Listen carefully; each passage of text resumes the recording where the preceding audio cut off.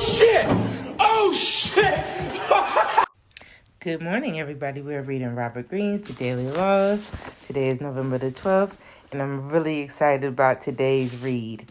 So I'm going to preface this reading to say that I tried to find a stitch for a bus driver in the 60s, because in the 60s it was a predominantly male role of driver, that you're going to be a male.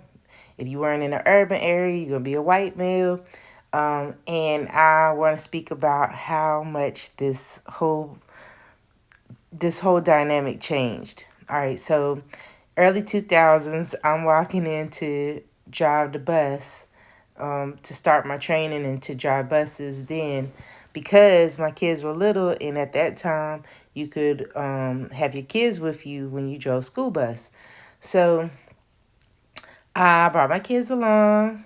I finished my training. I brought the kids along. I walked into the school bus office, and everybody in there, minus maybe two people, the whole fleet was all women. And I thought that was, wow, pretty profound, right?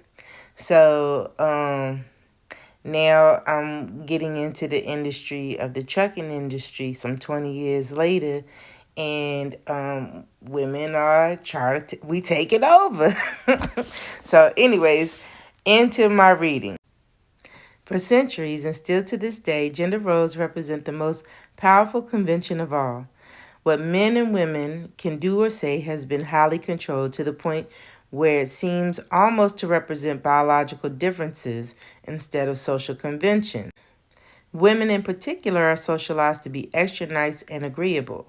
They feel continual pressure to adhere to this and mistake it for something natural and biological.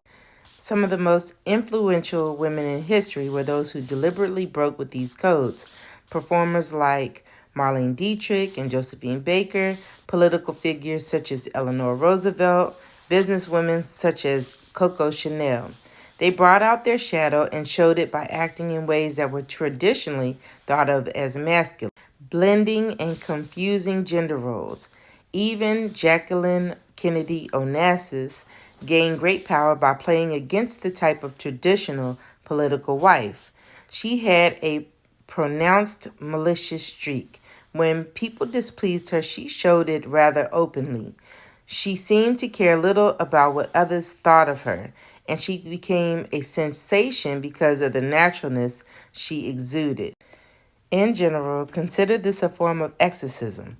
Once you show these desires and impulses, they no longer lie hidden in corners of your personality, twisting and operating in secret ways. Daily Law. Show the shadow. Release your demons and enhance your presence as an authentic human. The Laws of Human Nature. 9. Confront your dark side. The Law of Repression. So to wrap this up, just be you. If it doesn't feel right to be girly and fit into the role that everybody else, society says that we are, then there is no box.